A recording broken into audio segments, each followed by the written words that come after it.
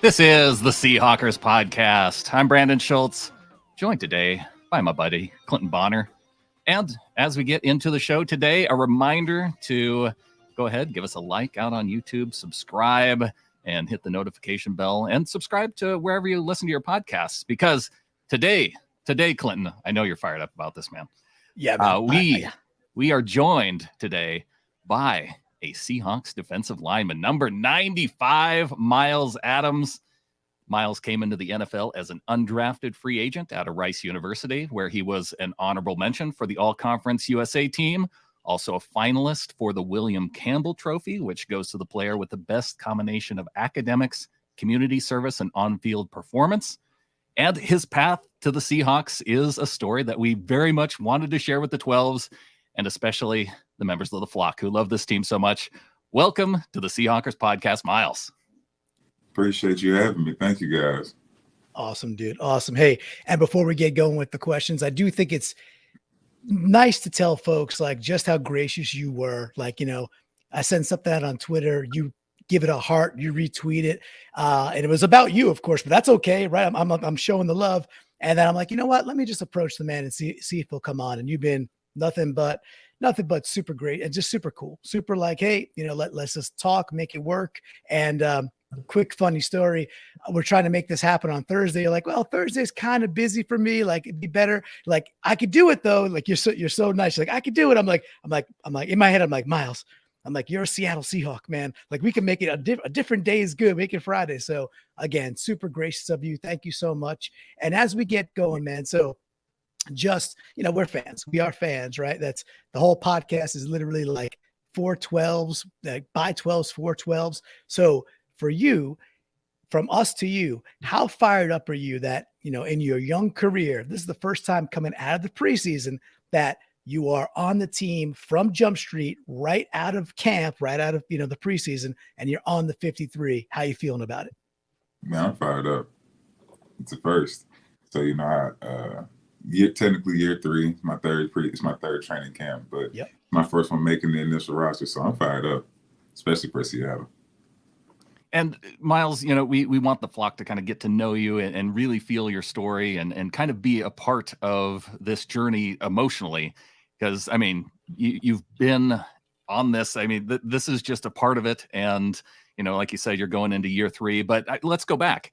You know, born in 98, 20 miles outside of Dallas in Arlington, where the Cowboys play their home games. Right. So did you grow up? Was that your hometown team then growing up? Yeah, I can't lie, it was. I was a Cowboys fan growing up. I really, when I got into the league and I was a Panther first, but that's why I started rookie year, I had to kind of closet it away because, you know, still in college, you watch NFL teams, you have your, you know, a lot of my Rice teammates, they Packers fans, Giants fans, Eagles fans here and there. You still have your banter, but then you step into the NFL, you can't really have a paper team anymore. No. Well, you could have one, right? Now you got one, right? It's on your helmet, it's on your chest, of course. Exactly. So, yeah, and that's on the paycheck, which I think the paycheck. That works too, right? That works too. Which is great. Hey, the people who pay me, I'm a fan of them. I like them as well. It's nice. So, all right. So let's skip a bit ahead to your college days. So, you know, you're born in Arlington, growing up a Cowboys fan. We get that. I mean, you're right. I had a moment where I was a Cowboys fan in life too. My dad said, you know, that Emmitt Smith is the guy like to watch, and I started watching Emmitt Smith, and then they started going to, you know, championships and stuff, and I became a fan. I'll admit it. Brandon's a Cowboys fan growing up. The other co-host of the Seahawks podcast, Adam, grew up he was a Bills fan for a while. 2 guys from Montana, and then you got me, Myles. I'm going to say, true blue, true action green, growing up in Long Island with the Kelly Stauffer led 2-14 Seahawks and still loving that team all the way from the East Coast. So, you know, hey, I was also a Chris Warren fan during that time. It wasn't just Emmitt Smith. So I had the posters. It was the whole thing already. So, hey, so you're off to college and you decide to go to Rice University. So, you know, somewhat local, like you could 3.5-hour drive back to Arlington or so. Yeah. So let's tell folks, why was Rice the choice for you? It's a tremendous school, but why was that the choice? And why was the choice? Because being an owl, being a Rice owl is just freaking cool. It really is. It's an interesting place, unique place, and I appreciate it. You already said it. I went for the prestige of the school, the degree, the level of it, and Yep. more so coming out of high school. My mom works for a finance company that's actually based in the East Coast, Bain and Company, and she told me they recruit very heavily from Rice, and I've always known that she works for a very renowned company. So I thought, well, plan B, my dad always told me to have a plan B. Having a degree from Rice, I felt would be a good one. And they were the only camp I went to junior year, only one my dad would pay for. Huh. They were the only school that promised me they would honor my scholarship if I got hurt my senior year. So I committed before my senior season. So was football really plan A for you? At what point did you think that football would be plan A and then business was just kind of the plan B part of it? When I got my first offer from Air Force. Then I got it junior year in April before the junior season started. And it kind of put a little fire under me to kind of take it a little more serious. That, and also I've told many people this, but basketball was my first love. And I remember freshman year after football season, I went to play basketball, did good. Fast forward a year later, sophomore year, I was on varsity for football. And my O-line coach, who I'm very thankful for, Chad Cheesy, I always shout him out. He sat me down and told me, look, son, you have potential, but playing basketball will not get you stronger. So you need to make a decision. If you want to be good at football, you need to power lift. If you don't, go hoop. And I stopped playing basketball and I started powerlifting. It's probably the best decision I've ever made. Well, so you said Air Force, though. I'm just curious of what made you then decide that over Rice versus going to one of the academies? I heard about the 5-year service as an officer post football, and unless you're guaranteed a spot in the NFL, you're not bypassing that. And I love this country. I was trying to play football. Football was plan A for me. Sure. Well, I mean, it makes sense, right? Because hey, if your path, kind of dictated that, hey, 3 years as going from the UDFA from the Panthers, and we'll traverse that in a bit. But it does make sense because if you had taken that route, well, then you might have had to do the service, which would have been the deal, right? So which you knew walking in, which is kind of neat. You already talked about some great teammates that you had and some coaches that you're giving some credit for, which I love. So let's fast forward a bit, right? So now we're like in 2020, and this is draft day.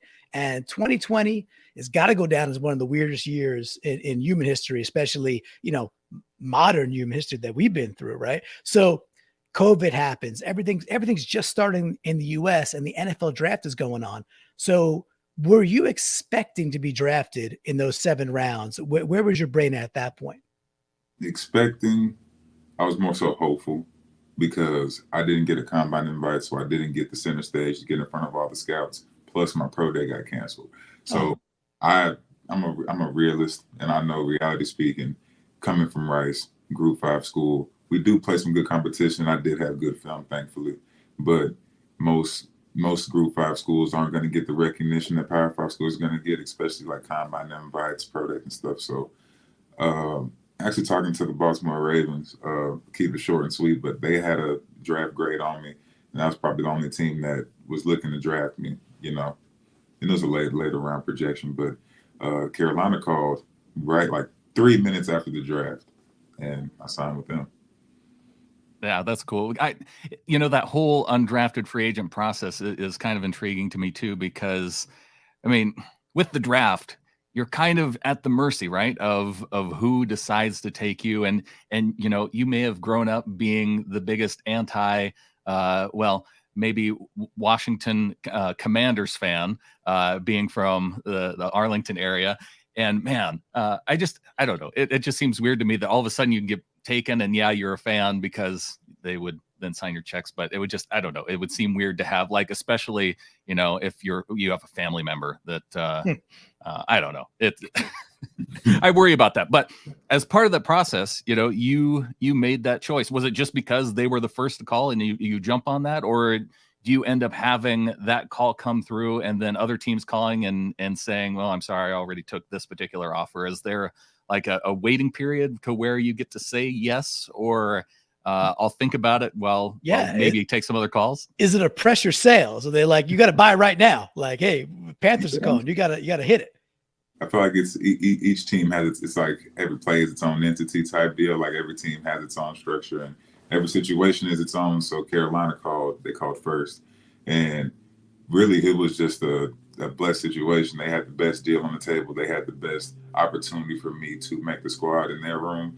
Another team called, it was the Rams, but they were very deep in their D-line room, and they had already signed 2 undrafted free agent D-linemen already. So they were trying to get me on additionally. And after I signed with Carolina, I think my agent said 2 other teams called after, but it was too late then. Yeah, that makes sense. Yeah, the Rams got a couple of guys. They got number 99, he's okay. He's okay, right? Yeah, right. All right. So again, we're going to progress the story a bit, and this is also folks get to understand you. So then you get, like many young athletes going into the UDFA process, you're cut by the Panthers, but all the way at the end of training camp, which is like, first of all, that's the bat signal. Hey, this guy's got something. It's not a first week cut, not all the way at the end. And you re-sign right back to the practice squad the very next day, very common practice.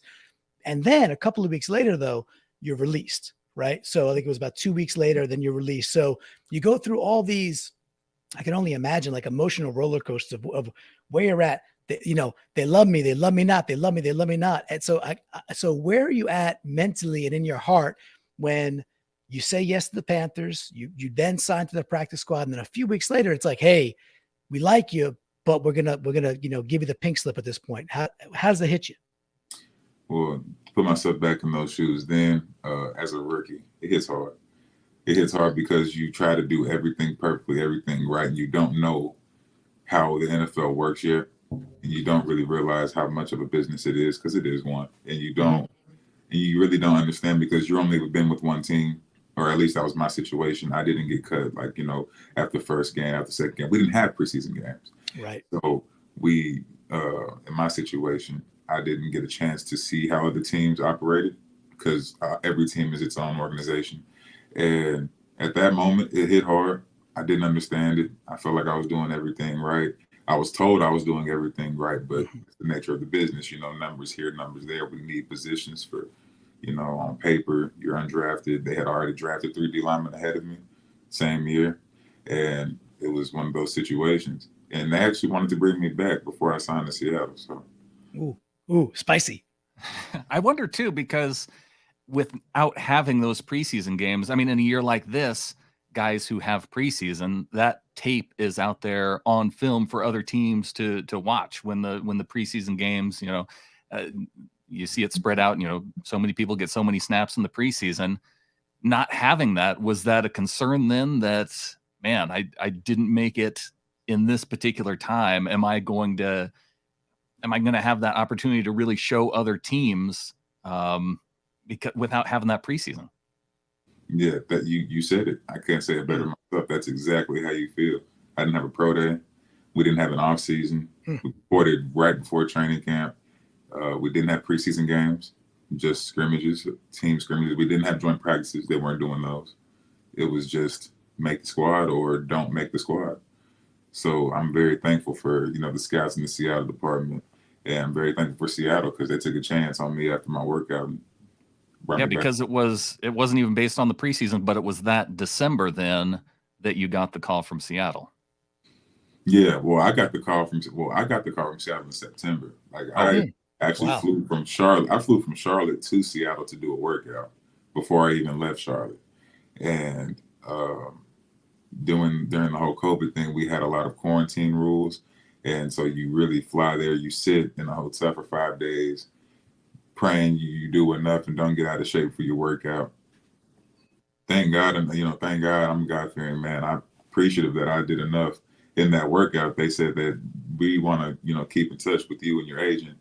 And then they, like the nature of the business, I know that year they had a couple running backs get hurt, so they brought in elevated DJ Dallas that year. I remember I was looking at that. I think that's also when I think one of our safeties had gotten hurt that year. They were bringing guys in, the numbers game, making sure you have the active roster, this, that, and the third. So when they finally had a chance to bring me in, that was On Thanksgiving Day, they flew me to Seattle. Yeah, on Thanksgiving Day. It was just yeah. And all of that is to get on the practice squad signed in December, like early December, right? So Exactly. I think all the minutia of how that actually works is so lost on the average fan, because like it's like that's how much work goes into folks that they believe in, and of course most don't. The bottom line is in the NFL, most don't make it. That's how it works, right? To a to the elite athlete level. So that's super cool. So so you then of course you hit the practice squad, and then in 2021 you hit it, and you're in with the organization. And I'll toot my own horn here for a second. Back in last year in preseason, Brandon and I are doing shows, and I'm like you got to watch this Myles Adams cat. I'm like, this guy just keeps making plays. You got to watch this dude. He's not making this up either, by the way. That's true fact, right? So we definitely built this up long enough. So, but you go through that, and then again, you still don't yet make the squad yet. So again, that mental roller coaster. Are you cool and mentally with the Seahawks organization? Are you understanding of it? Because from my perspective, I was like, this guy's showing out. And a year ago, I'm like, he should be on the 53. So where were you? So yeah, a year later, put myself in those shoes. Like you really, y'all are really did your research. Like amazing. That's exactly how I felt. I felt good. I felt cool. I was confident. Personally, that Raiders game, that first game, that was my first NFL action ever. And we didn't get preseason games, so I hadn't played football competitively, where we can tackle quarterbacks and everything since 2019 at Rice. And finally getting a chance to in 2021, this is 2 years later. Right. And now it's at the big stage in Allegiant Stadium in Las Vegas, Nevada, and, playing for the Seattle Seahawks. So that game, I felt I was a little rusty. Broncos game, they played their understandably, right? 2 years. Right. 2 years, right, yeah. Just a little bit, less rusty, There was the Broncos game, second game. I did decent. Played one of my old former teammates from Rice that game too, Calvin Anderson. Shout out to him. That's cool. And Chargers game really got comfortable. And I, luckily enough, with me on the team, had some production, got a half a sack, I believe, and a couple tackles at TFL, and it was just a way better game. And I didn't know if I had done enough, but I knew that I had put some good stuff on film. So when I talked to, the front office and everything, it was just a great conversation. And that's where you see the difference in, organizations and what what they see in you, what they don't. And it's really just, I was in a different role. I was in a different situation. I wasn't a rookie anymore. I had already been on practice squads the year prior, even if it was split up in time. So I knew a little bit of how the NFL worked. I had some experience. I had perspective. So talking to, Coach Pete Carroll, General Manager John Snyder, and talking to the guys, I understood that they liked what they saw, and they made that clear to me. And they said that, they didn't lie. They said down the road, we want to, keep developing, keep grinding, and keep stacking, get progression. And I was able to get 2 games elevation last year. Yeah. And so when you don't make the 53 last year, though, is there a point where other teams are calling then, or do you just know that, okay, they've told me that, yes, I haven't made the 53, but they've committed to wanting me to stick around. I know where I want to be at this point. How does that work exactly? Yeah, I do believe after the Chargers game, some of the, like I know he's our D-line coach now, but he came to me and said, boy, you kind of showed out yesterday. Got something about you. And that's when I was like, okay, so I put some people on notice. I was able to put some good stuff on tape, like I said. So yeah, I'm not sure how that process works. That's more so my agent talk, because I don't handle that. But I think that actually getting preseason games helped me out tremendously. For sure. So again, I'm a sucker, and I want to know about the detail because I think it's fun. The first game you get called up for, right? So it's late December. It's just before Christmas. It's December 21st. And if people go back and flip the calendar, you're going to realize it's a Tuesday night, which, because, COVID, Tuesday night versus the Rams, right? How does it actually work? Do you get a phone call? What do they do to be like, hey, you're up? How does that, what is it? A phone call? Is it a text? Who tells you first? For me personally, it was Coach Hurtt as Nice. his defensive line coach, my D-line coach last year. He just came up to me in one of our walkthroughs and said, hey, you're up this week. And he told me before the game got postponed to Tuesday. So I knew most plays in advance. So because we had the walkthrough, then it got postponed after, all the stuff came out and, figuring out the numbers of both of our teams with the outbreaks and stuff. So I knew, I want to say that Saturday going into the Sunday game. And that's really how it goes. You can find out the day before. You can find out, I think, up to 90 minutes before the game that you'll be dressing. Nice. That's usually what I find out, by the way, Myles. So that's typically. Yeah, when the Seahawks PR tweets it out, that's when we know. Yeah, okay. That's right. But just in our shoes in the building, you just always have to be ready, because a situation like that, you just that's the opportunity. Yeah. You got to be ready for it.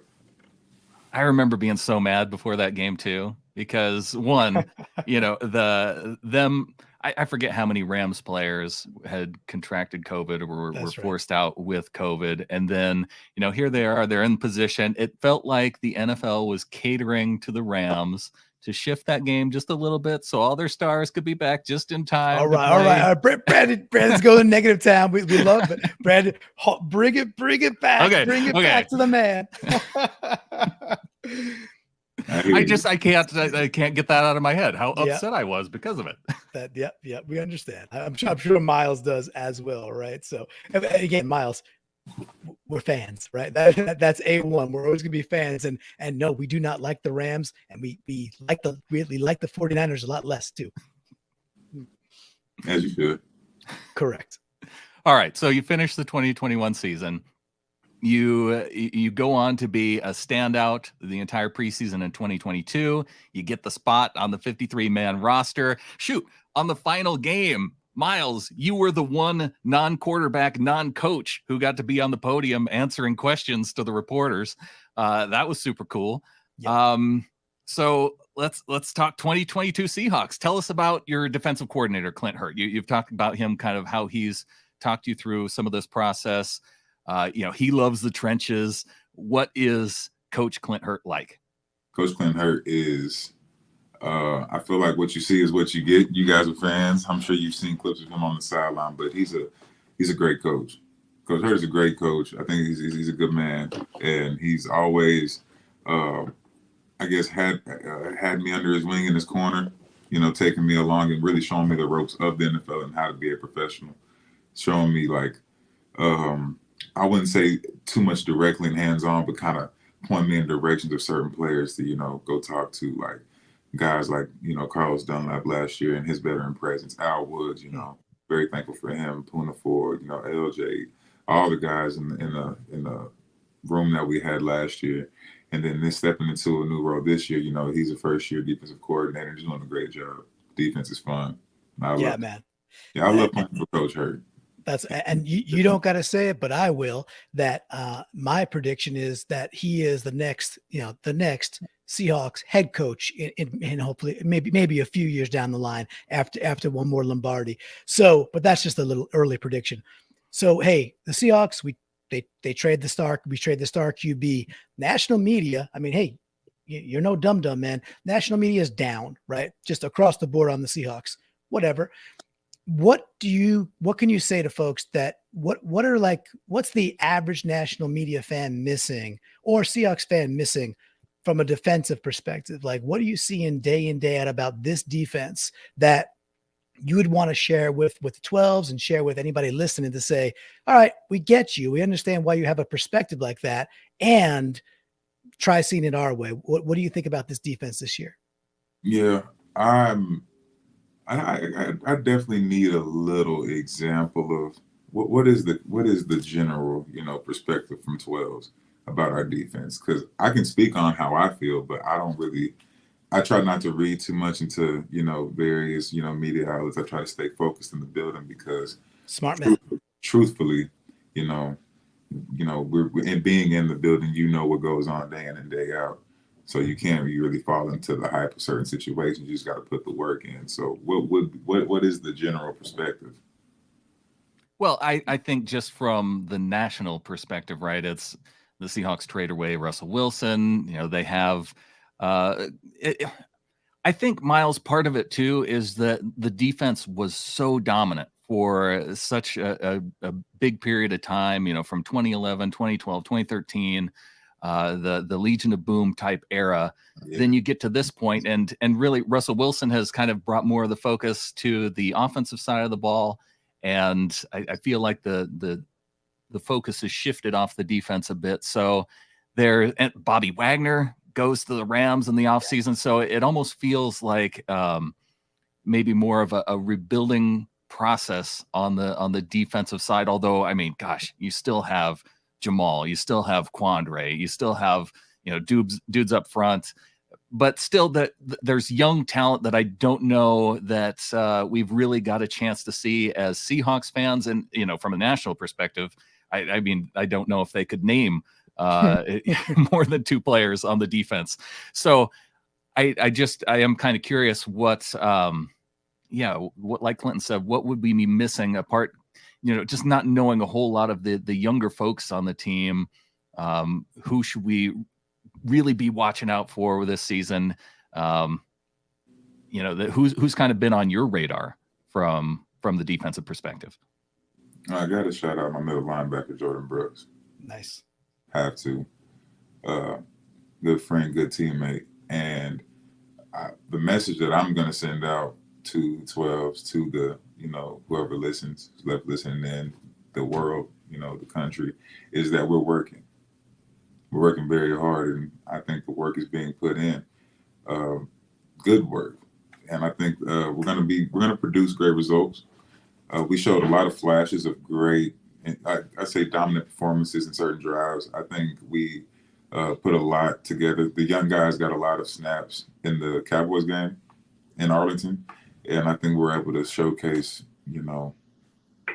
certain calls in the defense that we're going to solidify and be concrete on. But we're working, and I'd also say don't buy into the hype or buy into a specific face or a specific player.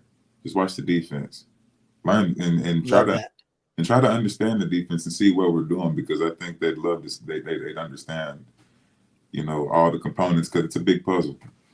Yeah, I feel like we got glimpses, right, in preseason a little bit. I just think back to the start of the Bears game, and it felt like the defense was moving so fast at the start of that Bears game. And I know you don't, as teams, they don't seem to want to show everything as much as I think as fans we'd like to see, like, what is this team going to be like week one?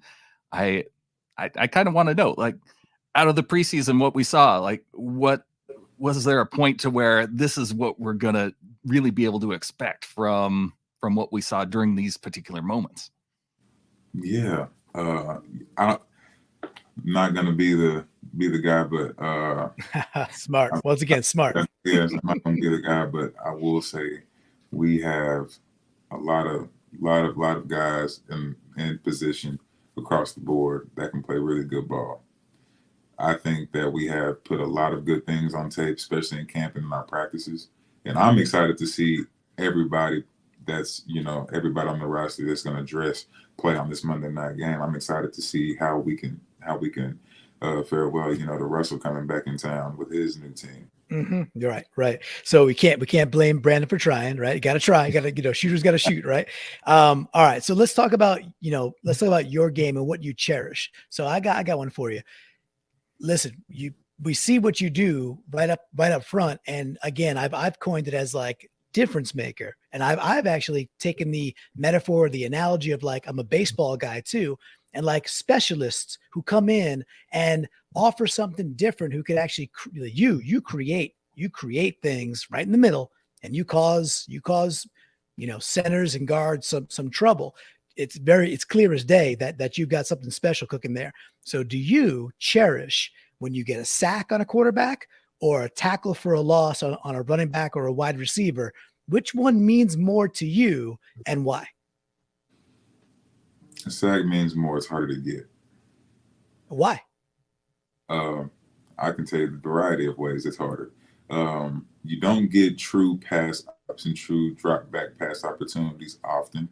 Usually they come on second and long or third down situations. Also,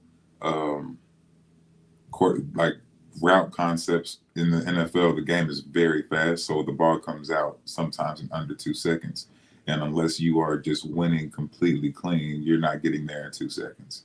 So stopping the run is like a D lineman's foundation. Mm-hmm. Why I say getting a TFL is a flashy play, but a D lineman is supposed to be able to stop the run. Now, a D lineman that can stop the run and pass rush is a really good player. And that's what I'm striving to be.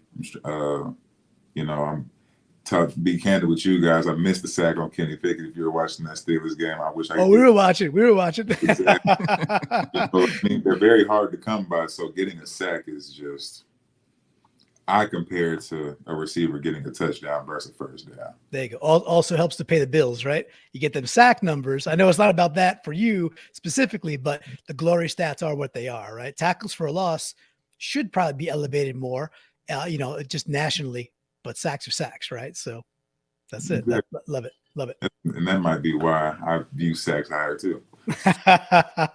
Love it. All right. Well, I kind of whiffed on my trying to get specific with the question earlier. So I'm going to try and hope for a more general answer on this one, because I know you're a trenches guy, Myles, and we have a stellar safety group, a young fast cornerback room. You shouted out Jordan Brooks, who is potential All-Pro, I think, at linebacker. And so as a unit, how do the 2022 Seahawks, how do they plan on getting opposing offenses off their game plan and kind of into that panic mode? We have a lot of different, I'd say, looks. The defense, it's all on the table. Coach Hurtt is not a shy man, and we're not a shy defense. We're trying to be the most dominant defense in the NFL. We're trying to get off the field every third down. We're not trying to give up any yards, rushing wise, passing wise, nothing over the top. We're trying to be a style defense.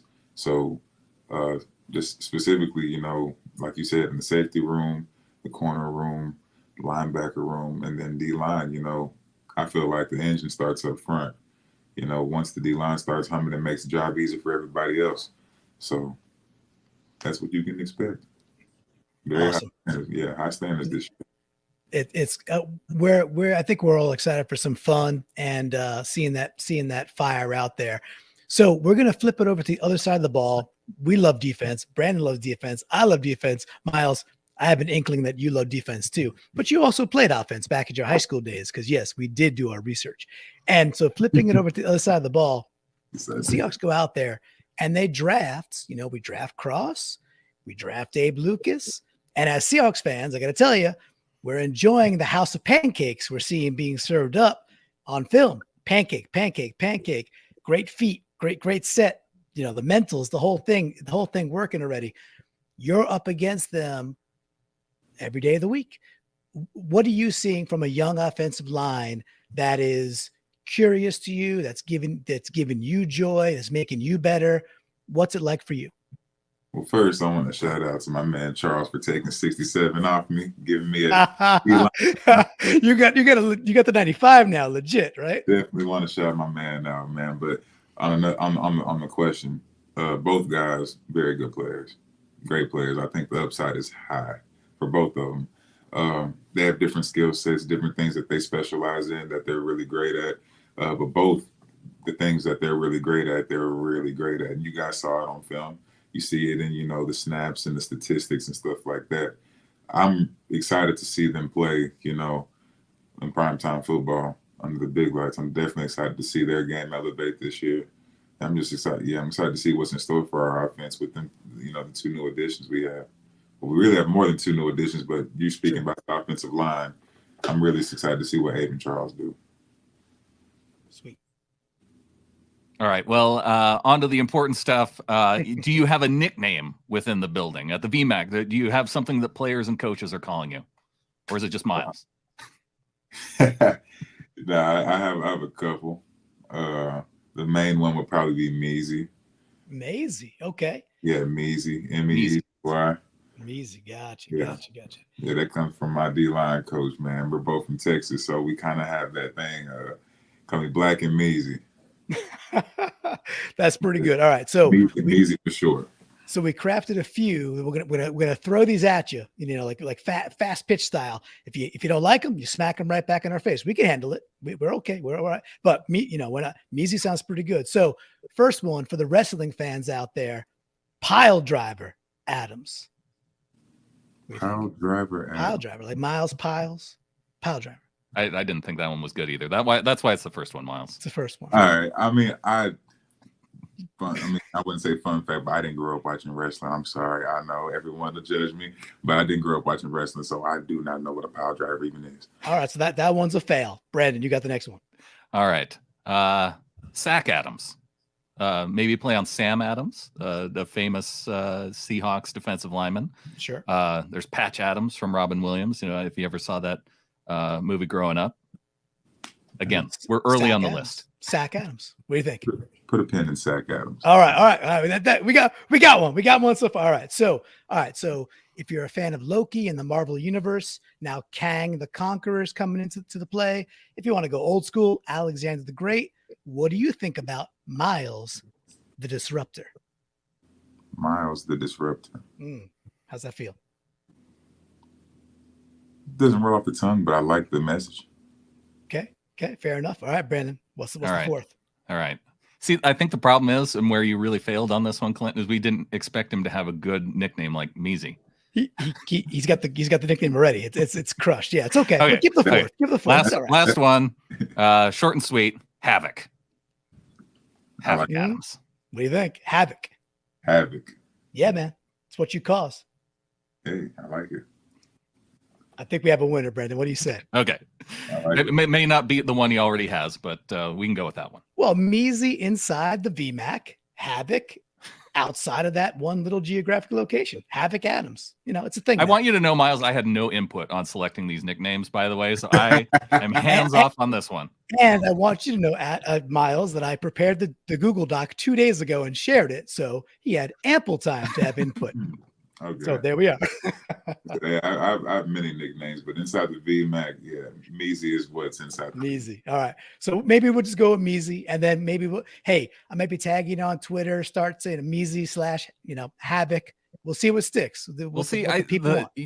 Look, Myles mentioned that he had the invite to Air Force, and yes. When you're in the military, you don't get to choose your nickname. You just have it bestowed upon you. And so I think that after a few weeks, hopefully after a 3-sack performance against Russell Wilson and the Denver Broncos, Myles earns that Havoc nickname, and week 2, everybody's calling him Havoc. Right. The national media is like, oh, it's Havoc Adams. Now we get it. And I'm with it, man. So Myles, man, it has been an absolute pleasure to have you on the Seahawks podcast. Again, I want folks to know that from Jump Street, you were gracious, you were humble. You were in it to work with us to find the right time, and that means the world to us. The 12s out there, the interview was with intent and purpose so that every morsel of it, people could understand your story, because it's a great story. You're 24 years old. You're 3 years into this journey. This is your first crack at a full NFL season with COVID behind us. Coach Hurtt, Coach Carroll, a different Seahawks team, but a passionate fan base that is behind you and wants to see number 95 just doing your thing. So we're going to be cheering you on. And from the bottom of our hearts, man, we thank you for joining us, man. Man, I thank you for having me. Both you guys, Brandon, Clint, I thank you so much. Thank you for calling me gracious and humble. I try to be, it's how I was raised, but I really appreciate the opportunity, man. 12s have been nothing but great to me since I've gotten to Seattle. So love to talk to them. And I think with that, Clinton, only one thing left to say. Go Hawks. Go Hawks.